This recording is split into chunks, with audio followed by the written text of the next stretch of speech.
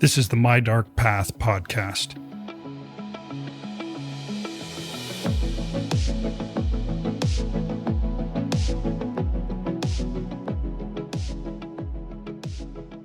Tokyo, Barcelona, and Sydney, a handful of the greatest cities in the world, each with a rich history and a distinct culture and flavor that shows off the true breadth of diversity of the human race. And each of these cities and dozens of others share a common element that changed each of them. They all played host to the Olympic Games. The Olympics are kicking off in Tokyo, 1 year late. I visited many Olympic cities and was fortunate to attend multiple events around the Salt Lake Winter Olympics in 2002. In all of these host cities, you can still see the footprint the Games left behind, not only in the facilities, but in the historical accomplishments and many legendary stories. So we're devoting this episode and our next one to walking through some of the more overlooked paths in the history of the Olympic Games. Now, trust me when I say that as soon as we opened up this topic for exploration, what we found was incredible. The story of the modern Olympics starts with Baron Pierre de Coubertin. He was a complicated man, an educator, historian, philanthropist. He spoke multiple languages, traveled the world, and even argued for relief for the lower classes. He also identified himself as a royalist, believed that the French monarchy should be restored, and believed strongly in the idea of separation of the social classes, a place for every man and every man in his place. He grew up French in the second half of the 19th century. He saw the destruction of the Franco-Prussian War as a young boy and was deeply troubled by this experience. He believed, like many others, that the human race was headed toward self-destruction unless measures could be taken to foster peaceful exchange rather than hostile confrontation between the great nations of the world. To the Baron, the idea of reviving the ancient Olympic Games brought hope. Theoretically apolitical and devoid of the trappings of any modern religion, a reborn Olympic Games, he imagined, could be friendly, unifying displays of athletic prowess, artistic exchanges, and a peaceful space in which to resolve the thorny diplomatic issues of the day. After all, at the height of the ancient games, the Greeks managed to enforce months-long peace between hundreds of combative city-states. If they could do that without the benefit of modern communication, then what could a modern Olympics do in the era of the telegram, the transatlantic cable, and the steam engine? Could it foster a renaissance in art, athletics, and peaceful commerce?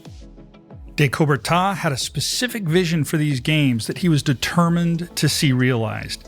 No doubt this worked to his favor because wealthy individuals, some of them even monarchs, had been trying to revive the Olympics since at least the 16th century, but with very little success. But the Baron, legendarily stubborn, could be an absolute marionette or disciplinarian at times. It often requires a firm hand to drive change and innovative ideas. In what you might call one of history's perfect storms, these traits at that time and place allowed Pierre de Coubertin to succeed when others could not. With the aid of some brilliant minds from around Europe, he created the International Olympic Committee and brought about the rebirth of the Olympic Games for a modern audience. There was nothing about the Olympics that the Baron took more seriously than his belief that these new games should be amateur contests. The Olympics allowed for people of all countries and all classes to compete on an equal field, to represent the best and highest ideal of the classical citizen, one part laborer, one part scholar, one part athlete. The Baron would have it no other way. He considered other amateur events to be too classist, restricted to members of exclusive clubs or societies. Members of the lower classes didn't have the sort of leisure income it took to be in these clubs, which passively disqualified them. Pierre de Coubertin thought competitors at the Olympics should come from every race, every creed, and every economic class. This led to an idea that, to modern Olympic viewers, must seem very strange. At the first modern Olympics in Athens in 1896, anyone who showed up on the day of competition would have had an opportunity to compete. Just about any amateur was eligible so long as they made the trip. Sometimes an event would have 500 athletes registered, but only 13 would actually show up. And as for what events they would compete in, the Baron sincerely believed that sports were essential to creating well-rounded bodies and minds. But there was more to his admiration of the ancient Olympics. You see, the classical Olympics were more than sporting events. They included poetry readings, debates, art, theater, diplomatic meetings between sworn enemies. He wanted all of this in the modern games. This created an argument which in some respects carries on today. What constitutes an official Olympic event? It turns out the modern Olympics took a long time to work out the kinks in what qualified. But that's what we're exploring in this first of 2 Olympic episodes on My Dark Path. These are the unusual, the forgotten, and the absurd events run at the modern games. So let's see how deep we can dive. And by the way, seeing how deep you could dive was one of those events.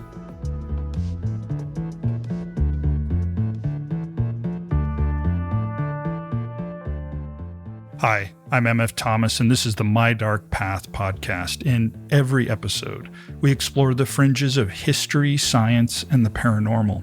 So if you geek out over these subjects, you're among friends here at My Dark Path. And since friends stay in touch, please reach out to us on Instagram, sign up for our newsletter at mydarkpath.com, or just send an email to explore@mydarkpath.com. I'd love to hear from you. Finally, thanks for listening and choosing to walk the dark paths of the world with me.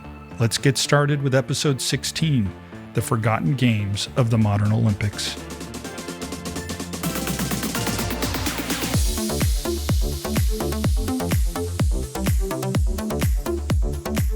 Part 1.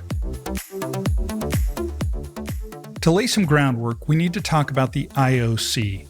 They've grown into a uniquely powerful and influential global organization. The Olympic Games can transform a major city, bringing the world to its doorstep with an economic impact in the billions. They even have a permanent observer status at the United Nations and the power to take the floor at General Assembly meetings. They've been rocked in recent years by allegations of corruption and by dramatic changes in leadership. But what's most pertinent to our story today is that, as custodians of their own history, they've dabbled in some revisions as well as some redactions. And this is certainly something that bothers our lead historian, Alex Bagassi. Most of the great international cultural and sporting events in the world today log everything they can to create an authoritative record. And if embarrassing truths are captured along the way, well, that's the price of fidelity. If you acknowledge them, your errors can be a part of the story of your progress. The IOC, though, doesn't quite work that way. They've gone through great trouble to reclassify some past events as unofficial, even when there's inarguable evidence that they were official at the time. They even retroactively disowned an entire games, the 1906 Athens Olympics, which is actually the subject of our next episode. I mention this because in the early days of the Olympics, there was no effective distinction between official and exhibition events. This made it possible to try all sorts of unusual contests, and that's exactly what the early organizers did. The first modern Olympics were held at Athens, Greece in 1896.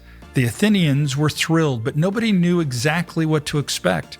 Strangers arrived from all over the world, many without warning, to compete or observe, and a surprisingly large number of native Greeks joined them. Athletes came in all shapes and sizes from all walks of life, just as the Baron had hoped. One of those Greek competitors was an ex-soldier called Spiridon Lewis, who quickly made it through qualification trials to participate in what was supposed to be a one-time event. But we'll get to him later. A great many events were sports that have become part of the standard Olympic canon: boxing, swimming, fencing, the discus, shot put, and of course, the standard by which all Olympic events are judged, Olympic rope climbing. You heard me correctly. Your worst memories of gym class or boot camp were recreated on an international scale. It's as simple as it sounds. A smooth, unknotted rope 14 meters long was hung from an elevation of just over that length. Competitors had to begin in a seated position and pull themselves up a smooth, unknotted 14-meter rope using only their arms. An instrument similar to a tambourine was at the top, and they had to strike it to finish the climb. And they only got one try. Competitors were judged on their speed as well as their form. Unfortunately, the records aren't thorough enough to explain what good form meant, so perhaps a slow climber might make up some points by showing a flair for the dramatic. 5 competitors showed up for the first Olympic rope climb. Only 2 of them, both Greeks, made it to the top. The third-place winner, a German, became a medalist without even reaching the tambourine.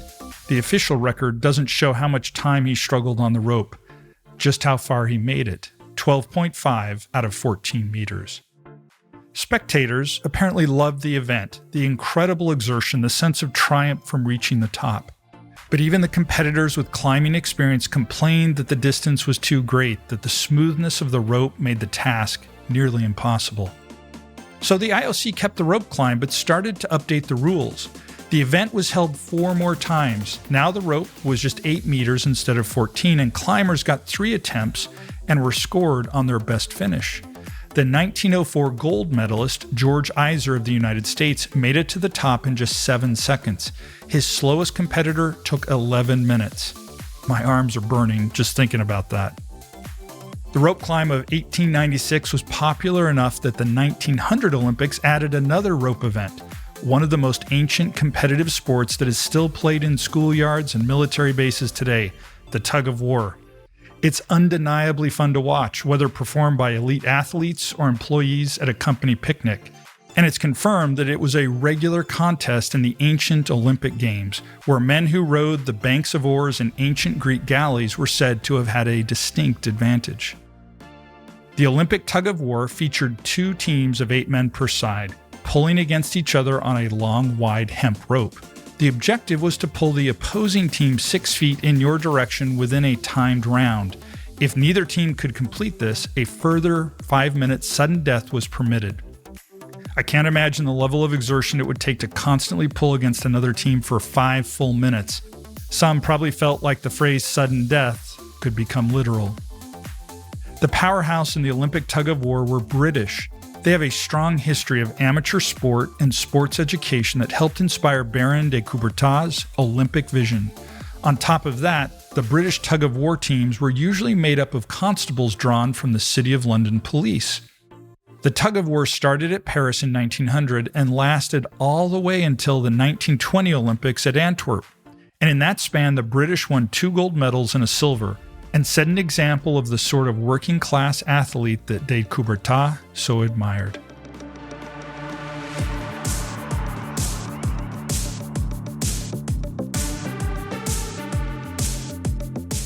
Part 2. Now about those Paris Games. The second modern Olympics is where some of our favorite unusual events reared their heads. The City of Light is where Pierre de Coubertin had always hoped to relaunch the Games, and we'll discuss how they ended up in Athens in our next episode. Now, in case you weren't aware, the French are a fiercely patriotic people. Remember how they pressured the Walt Disney Corporation to change the name of their theme park from Euro Disney to Disneyland Paris? Well, this helps explain a lot of the Paris Olympics. The organizers were determined to create an event that the French could be proud of. What they produced is practically unrecognizable to what we'd consider to be the Olympics today, but it was undeniably French and therefore provides a bounty of strange sports, most of which were never attempted again. For example, this is where croquet came to the Olympics for the first time. Now, there are elements to this event that were very progressive for the time. Instead of separating the divisions by gender, men and women were allowed to compete with one another or play as mixed teams. But alas, on the day of competition, only 10 people showed up to play, 7 men and 3 women. And as a further problem, all the competitors who showed up were French. So it's hard to call it an international competition when only one country is competing. There were players in other countries, but they complained that the croquet being played was specifically a French style, with rules and customs unfamiliar to the other players. While we don't know everyone's personal factors, it is reasonable to guess that some registered competitors looked over the rules and decided that the deck was stacked too much against them to bother traveling to Paris. Of these 10 French competitors, 8 of them won medals. This did wonders to fatten the medal count for France, but at the cost of other nations as seeing the whole affair as a farce. When croquet returned to the 1904 Games in St. Louis, it was of a different variation on the game, known as roquet. But once again, this version of the game was largely unfamiliar to players outside of North America. This time, only 4 people showed up to play, and all of them Americans. It's not hard to guess which country took the medals. One of the issues we see in these early games is that the lack of consistent international standards led to disappointing, lopsided, or just plain strange outcomes. Croquet never appeared again as an official event, though a proposal was apparently made in the 1920s for some sort of women's-only bicycle croquet event. I think that sounds sort of delightful, if potentially chaotic and painful to the knees. If organizers had a hard time attracting competitors for Olympic croquet, they had the opposite problem for another event in the Paris Games, Olympic angling. That's right, fishing with a rod and reel was an Olympic event with medals awarded and everything. Fishing was an enormously popular pastime in the French countryside, and when word spread of an Olympic contest, 600 competitors showed up. Over 560 of them were French.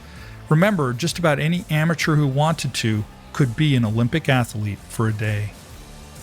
Like croquet, this was another event that allowed women to compete either alone or in mixed teams. Competitors were judged on the largest fish caught, as well as the quantity of fish caught. One heat was held for all non-French anglers, 3 more heats for all the French people who weren't from Paris, and the final 2 heats were all Parisians. This narrowed the field to 57 finalists, one of them a woman who was only identified in the records as Madame B. Among them, they caught 887 fish, all of which were thrown back, and won a total of 3,800 francs. Although records are vague about whether this was considered an official event or simply an exhibition, most sources say that medals were provided for the event. Sadly, we don't know what happened to them or even who won them. They might still be out there, Olympic fishing medals hiding in a curio cabinet that belonged to somebody's great-grandmother. We can't say why Olympic fishing never returned to the Games. It obviously had plenty of interested participants. Maybe it lacked the excitement as a spectator sport, or maybe another event at the Paris Games turned people off to the idea of events that involved doing harm to living animals. Not once, but twice, the Paris Olympics held a pigeon shooting competition with real pigeons, and there were 166 human participants, and there were thousands of pigeons. Now, we don't know the specifics of the rules, what sort of firearms were permitted or prohibited. Modern Olympic shooting events painstakingly define what constitutes a legal weapon, from the weight of the stock down to the length of the barrel and the width of the bore. Olympic pigeon shooting seems to have no such restrictions. Some surviving photographs depict men with pistols, yet one of the champions in a publicity photo is shown holding a lever-action rifle. We do know that victory was defined by the number of pigeons shot. 6 birds were to be released approximately 27 meters from each competitor. The shooter had to down at least 2 birds in order to qualify for the next round. A hefty prize of 20,000 francs would go to the winner. The athletes in this event seem to have treated it as a semi-formal affair. Rather than practical attire, men wore high-fashion sporting clothes with waistcoats and jackets. Some even wore top hats. Their snappy outfits created quite a contrast with the carnage of the event. At least 300 birds were killed, and the attendees described blood and feathers flying everywhere, while fashionable men doffed their hats to one another and exchanged witty remarks. It almost sounds like an old Monty Python skit. The champions of the 2 events were a Belgian named Leon de Landen, who bagged 21 birds, and an Australian, Donald McIntosh, who killed 22. Perhaps it's a wonder that there are any pigeons left in Paris. Now, an odd side note, there was also a pigeon racing event at the Paris Olympics. We are assured that the 2 competitions were unrelated and that the racing pigeons didn't have to fear being shot. This is one of those examples of revised history we told you about. The modern IOC now claims that pigeon shooting was never really a true Olympic event, but there's ample evidence that the IOC at the time thought otherwise, as did the participants. It's a gruesome thing to have on record, but the point of a record is that it's supposed to be thorough. Anyway, not every sport at the 1900 Paris Games was violent or unfairly slanted toward the host country. Some were genuinely innovative, like obstacle swimming. Now, this is a sport in which swimmers still compete today, but it only appeared as an official Olympic event this one time. Now, obstacle swimming is just what it sounds like. Competitors must negotiate an aquatic obstacle course populated by things that might naturally be found in the water, boats, pilings, sandbars, and natural barriers like sunken rocks and trees. Supposedly, the original idea came about after a competition held in the Thames, a great river that runs through London. Swimmers who entered this event in Paris had to swim a 200-meter course and negotiate 3 significant obstacles: climb over a pole, then over a row of anchored boats, and for the final challenge, another row of boats, only this time the swimmers had to go under them. Perhaps this sounds a bit like today's popular TV program, American Ninja Warrior. Only 12 swimmers from 5 countries entered the event, and while we can't say for certain why, it's worth pointing out that the race was held in the Seine, the river that runs through Paris. The Seine is not renowned for cleanliness, and it was far worse in 1900, perhaps arguably toxic. It's standard in these events to have to swim against the current, but in this race, the competitors were also swimming directly into the outflow of the Parisian sewers. If any of them felt any disgust or illness from this, it's lost to history, though some did complain that it made the river current artificially stronger. The gold ultimately went to Australia's Frederick Lane, who completed the course in 2 minutes 38.4 seconds, just 2 seconds ahead of Otto Wall of Austria-Hungary. The Paris Games also featured underwater swimming, a race to complete laps while completely submerged. Now, this sounds like a challenge worthy of some truly elite athletes, but apparently it didn't work out so well for spectators. They couldn't see what was happening. Even the judges could barely see. As with obstacle swimming, this experiment didn't make it out of Paris.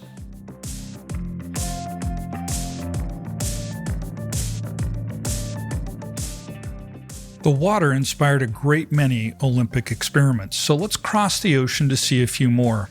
The year is 1904, and the St. Louis Olympics are being held alongside the 1904 World's Fair.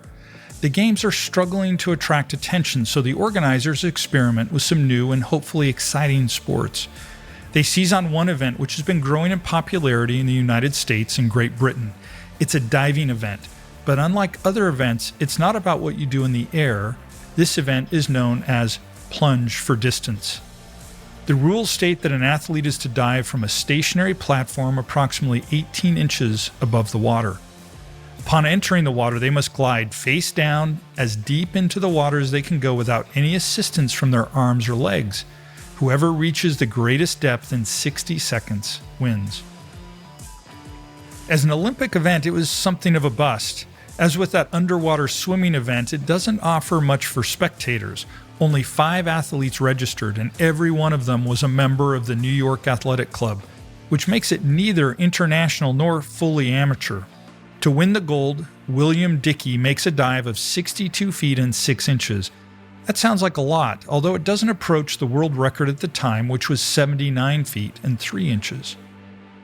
Once the eyes of the world focused on plunge for distance, people had a hard time buying into it as a legitimate sport.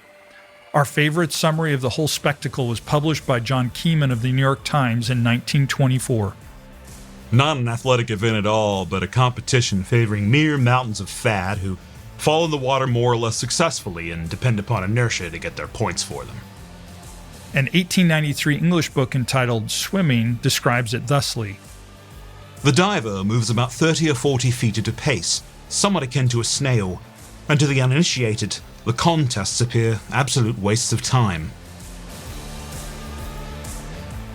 Despite all the fun critics have had at its expense, it actually regained some popularity. Some dedicated fans were even trying to get it returned to the Olympics. In 2016, several Olympic divers and swimmers were approached and admitted fascination with the idea and an openness to trying it. Some have already been participating in informal events, so maybe it's possible we'll see these plunging divers resurface in our lifetime.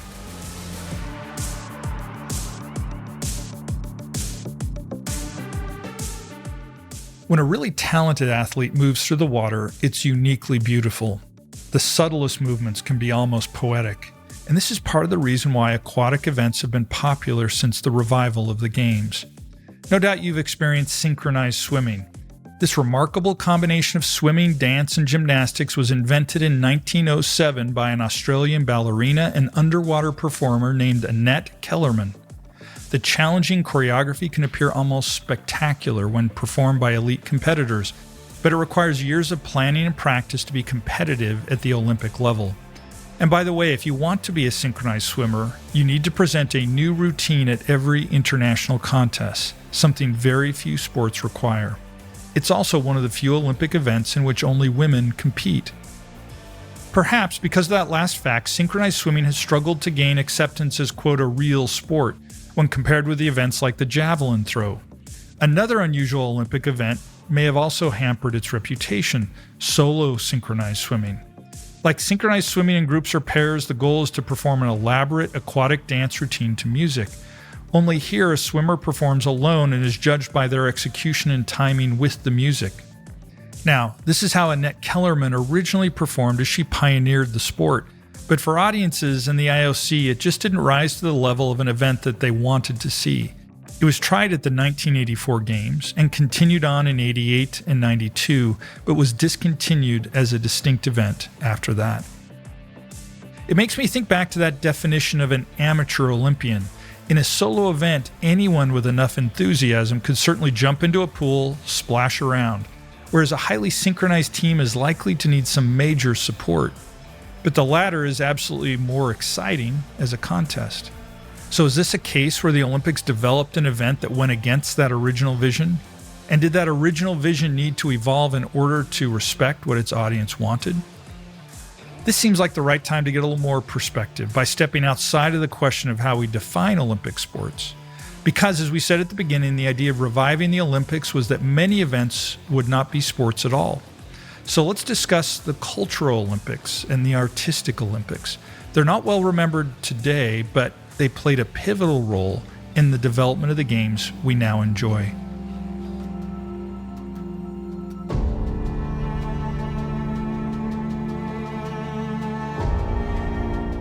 Part 3. In the original ambition for a modern Olympic Games, an Olympian wouldn't just be an athlete. An Olympian could be a philosopher, a scholar, an actor, a dancer, a sculptor, a painter, or an engineer. The best and brightest from all the nations of the world. Even after he finished the Herculean efforts of establishing the Olympics, Pierre de Coubertin worked hard to introduce an arts program.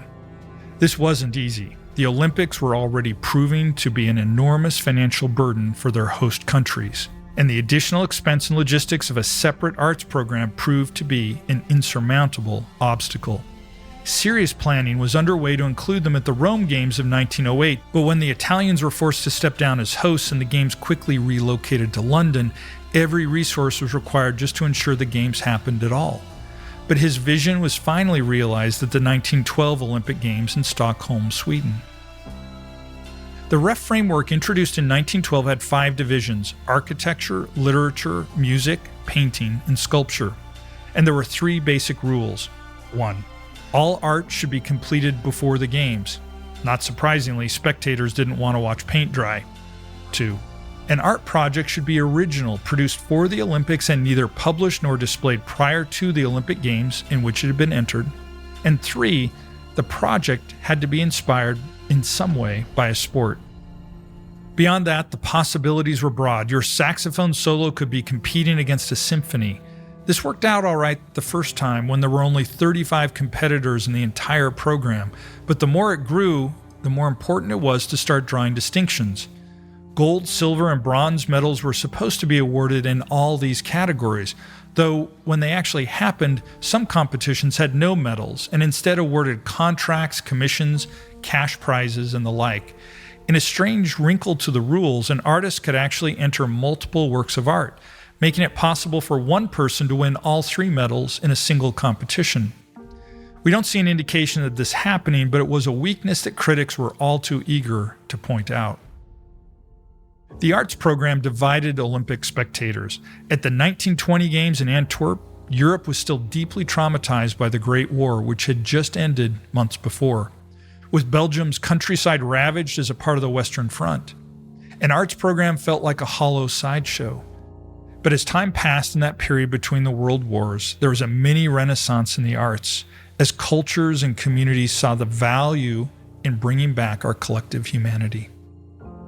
When the Olympics returned to Paris in 1924, the arts program grew significantly in popularity. From 35 entries in 1912, now it almost saw 200. Some of them even came from the Soviet Union, which was otherwise boycotting the Games.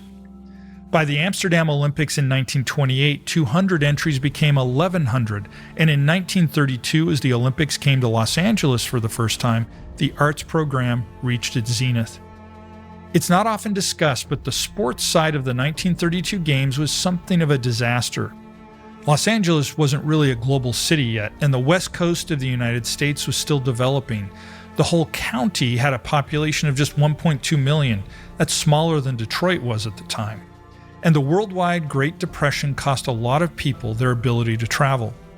Los Angeles found itself with beautiful, world-class athletic facilities that were half-filled, with many of the best athletes on earth stuck at home. The arts, however, were a completely different story. Arts entries were publicly displayed at the Los Angeles Museum of Science, History, and Art near the campus of the University of Southern California. For the first time ever, the arts drew more fans than the sporting events combined. More than 400,000 people visited the museum with lines wrapping around the block. It was cheaper and easier to send a painting than a person to LA, and easier and cheaper for a visitor to stroll through a museum than go to the Olympic Stadium. Additionally, the arts program had become much more diverse since its origin. There was even a fiercely contested Olympic event for city planning. Music was divided into multiple categories: instrumental, orchestral, and a combined category for solo and choral music. And when the Olympics moved on to Berlin in 1936, the public was permitted to attend grand performances of the musical division entries. And the irony is, the booming success of this alternative to Olympic sports helped to bring about its demise, because it forced a question that has lurked around this entire story. What was the actual definition of an Olympic amateur?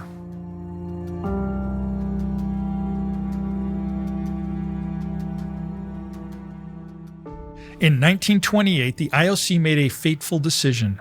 Artists who entered their works into the Olympics would be allowed to sell those works at the Games. It must have made sense at the time. For many of these works, this would be their brightest spotlight, their biggest audience. This would be the moment they had the most value.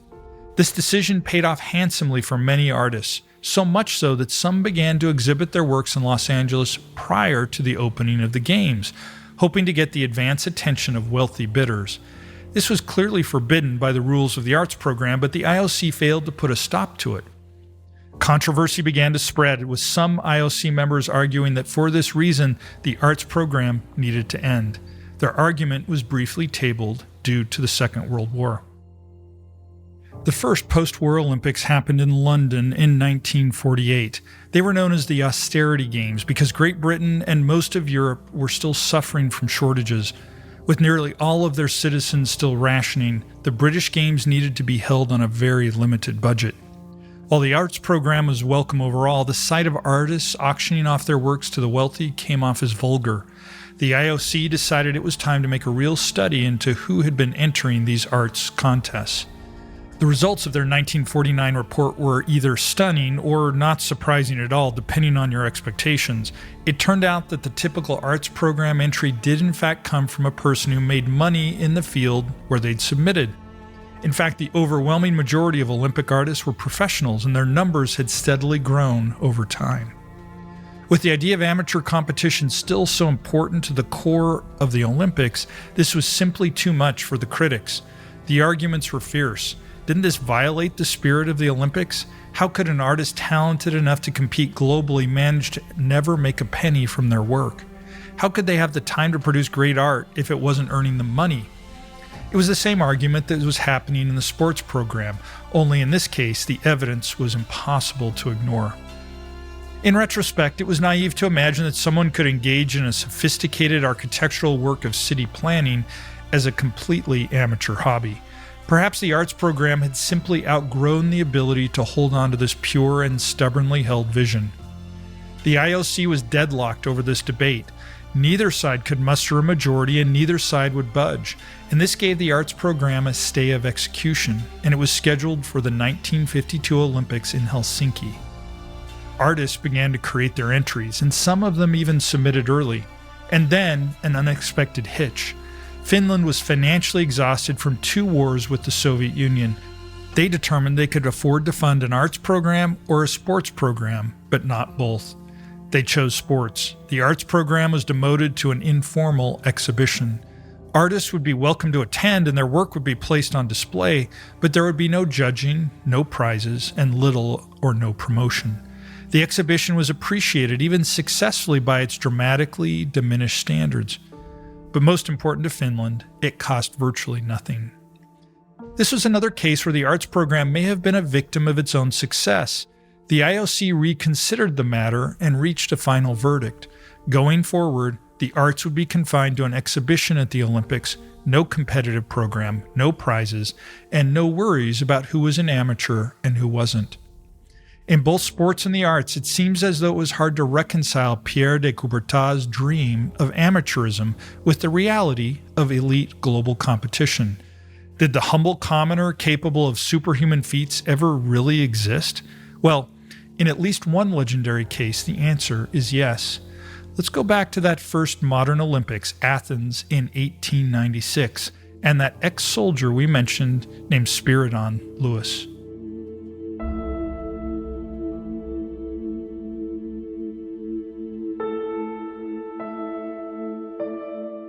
Part 4.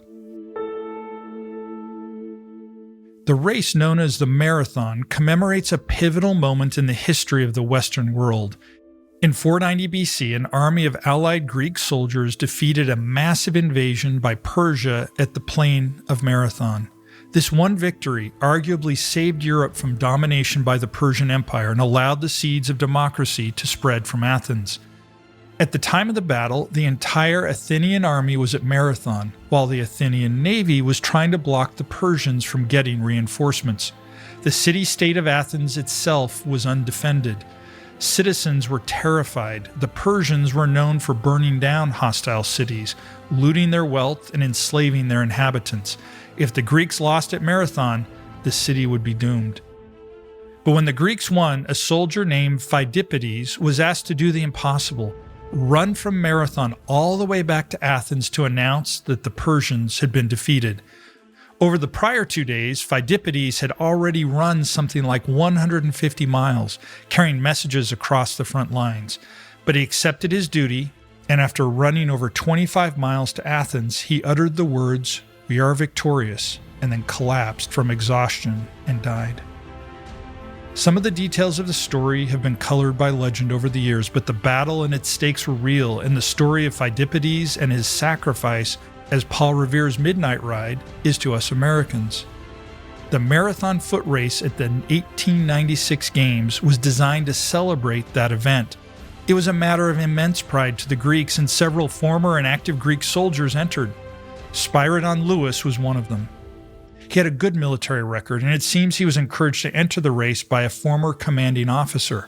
Some accounts say that he was an itinerant worker who did odd jobs, while others claim he was a shepherd. It's possible he did both in the years after his service, but it's certain that he never belonged to any of the elite sporting clubs that Baron de Coubertin had criticized. He was an unknown when he entered, but the people who were there remember him assuring anyone who asked that he would win. His confidence was charming, but it didn't seem warranted. During his qualifying run, he finished 5th. There were well-known Greek and French runners on the course who were much more favored. Spiridon began with a slow and steady pace, an unembellished style that surprised other runners. But he had a plan. He had carefully studied the course, plotted how to use his own capabilities against the local terrain. This race had never been run before, but when it started, he knew exactly how he was going to run it. As the miles went by, the race leaders, the ones who had set a much faster early pace, started to fade. Some gave up, and slowly but surely Spiridon Lewis gained ground. His tactics were better than the other competitors' muscles. Incredibly, halfway through the race, he stopped for a breather at a town along the route, where he was treated to an orange and a glass of cognac. He wasn't even in the lead, but he thought it was the right time to catch his breath. Observers asked if he thought he could catch up to the others, and Spiridon predicted that he would finish well. About 2/3 through the race, the leader was an Australian, George Flack, an experienced runner who had performed well in the 800 and 1500 meter races earlier in the games. But at this distance, his inexperience began to show, and the confident, methodical Greek was right on his heels. Then, George Flack collapsed and signaled that he would continue no further. Spyridon left all the remaining competitors far behind him, and as the news traveled down the course toward the stadium, a cry of "Helene, Helene" erupted among the amazed Greeks. And as he entered the Panthenatic Stadium for the final lap of the race, he was joined by Princes George and Constantine, sons of the King of Greece. And when he crossed the finish line, wild celebrations broke out all over Athens. Here's the official report from the 1896 Games. Here the Olympic victor was received with full honor. The king rose from his seat and congratulated him most warmly on his success.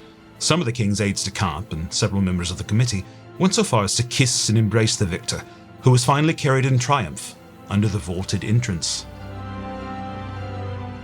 It's important to remember that Greece had long been under the control of the Ottoman Empire and had only tasted their own freedom for less than 50 years. Recovering from their fight for freedom and violent internal revolution meant that they didn't have much wealth or modern infrastructure, and the victory of Spyridon Lewis was a galvanizing moment of national pride, the perfect cap to their reintroduction of the Olympic Games. Spyridon enjoyed the life of a national hero. A funny fact about the first modern Olympics is that winners received silver medals and runners-up received copper. Gold was considered too ostentatious. Nevertheless, the IOC officially recognizes Spyridon Lewis as a gold medalist. He also received many impromptu gifts of jewelry and cash. A local barbershop awarded him free shaves for life. He was also given a goat. Now, we don't know exactly what became of that goat, but we can certainly hope that he and Spyridon had a long and wonderful friendship.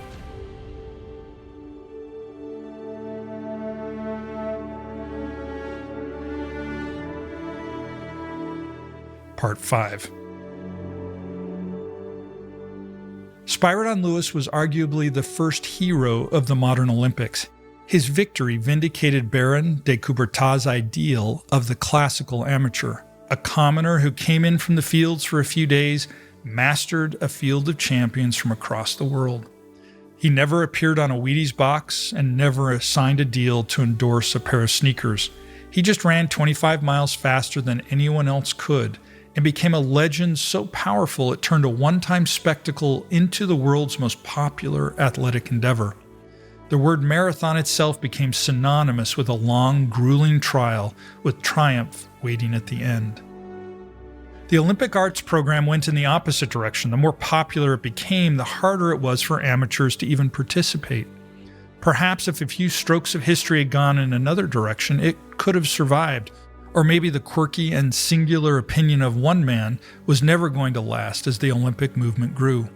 You have to wonder whether the global popularity of the modern Olympics today would have pleased him, or if the spectacle of modern professional athletes achieving feats impossibly out of reach for any amateur would have brought him grief.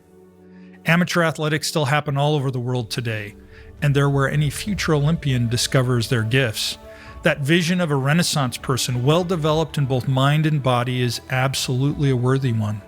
The games inspire people to better themselves. They bring entertainment and joy, and they let athletes from over 100 nations march into the Olympic stadiums as equals. War, economic calamity, and the disputes of powerful leaders and the twists of historical fate, they've all shaped the games.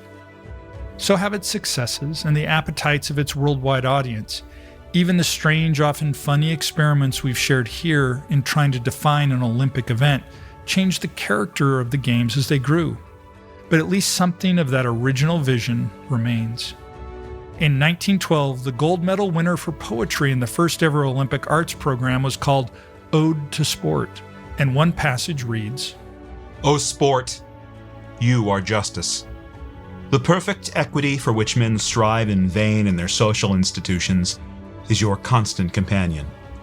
No one can jump a centimeter higher than the height he can jump, nor run a minute longer than the length he can run.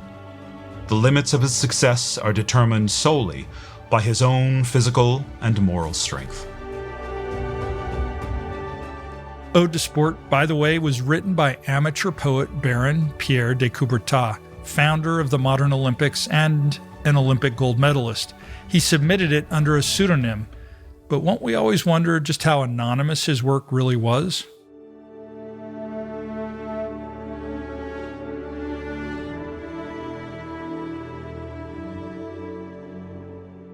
Now there's one last morsel we wanted to share. Shooting events have been a part of the Olympics since very early in their existence. They've never faced any question about their legitimacy as a sport. Marksmanship is a rare skill. But you might be surprised to learn that, very briefly, the Olympic Games attempted to introduce dueling. In the 1906 Games in Athens, the ones we'll talk about next time, which are no longer considered Olympic Games, there were actually 2 pistol dueling events. Both were held at a range of 20 meters. The first event was untimed. Shooters were judged for accuracy and style rather than speed. The second event was a rapid-fire pistol event called au commandement. At a signal from the judge, the shooter would indicate his readiness, raise his gun from his hip, and at a count of 3, open fire at a rate of up to 100 shots per minute using an automatic pistol. At the end of the allotted time, the shooter was ordered to cease. Rankings were determined based on how many shots struck the target during the rapid-fire event. But just to reassure you, they weren't shooting bullets at a living person. Actual dueling was outlawed in most of Europe by that time. So Olympic duelists shot at specially prepared dummies who were dressed in frock coats. I certainly wish I could have been there.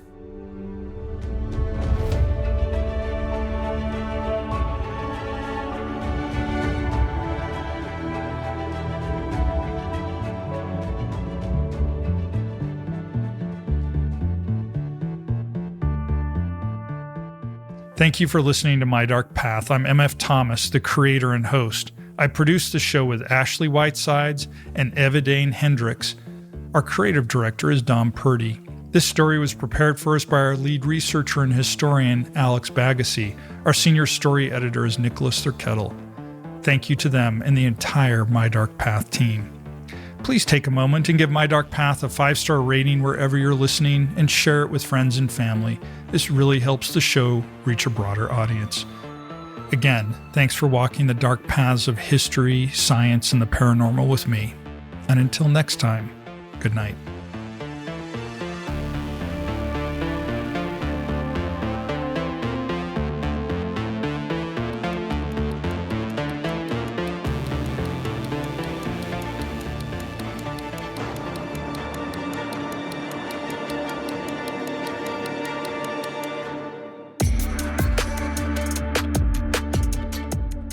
After this, there is no turning back. You take the red pill, you stay in Wonderland, and I show you how deep the rabbit hole goes. Follow the White Rabbit. Who finished second after Spiridon Lewis? Who finished second after Spiridon Lewis?